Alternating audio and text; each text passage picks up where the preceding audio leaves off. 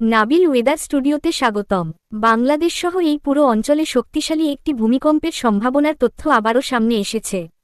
হিমালয়ের নিচে দীর্ঘদিন ধরে জমে থাকা বিশাল চাপ যে কোনো সময় বড় কম্পনের রূপ নিতে পারে বলে জানিয়েছেন গবেষকরা। বিশেষজ্ঞদের মতে এই অঞ্চলে তাত্ত্বিকভাবে ৮ থেকে ৯ মাত্রার একটি বড় ভূমিকম্প ঘটার সম্ভাবনা রয়েছে। এই শক্তিশালী কম্পনের উৎস হতে পারে ভারতীয় ও তিব্বতীয় প্লেটের সংঘর্ষ অঞ্চল। বাংলাদেশ এই প্লেট সিস্টেমের কাছে হওয়ায় এর প্রভাব দেশের ভেতরও অনুভূত হতে পারে।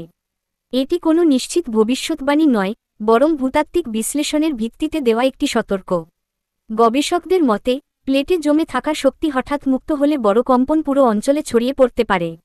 ঝুঁকি কমাতে ভবন কাঠামো শক্ত করা ও জনসচেতনতা বাড়ানোর ওপর জোর দেওয়া হচ্ছে। প্রস্তুতি থাকলে বড় কম্পনের সম্ভাব্য ক্ষতি অনেকটাই কমানো সম্ভব। সর্বশেষ পরিস্থিতি জানতে নির্ভরযোগ্য সূত্রের তথ্য অনুসরণ করুন। আজকের আপডেট এখানেই শেষ। চ্যানেলটি সাবস্ক্রাইব করুন, ভিডিওটি লাইক ও কমেন্ট করে পাশে থাকুন।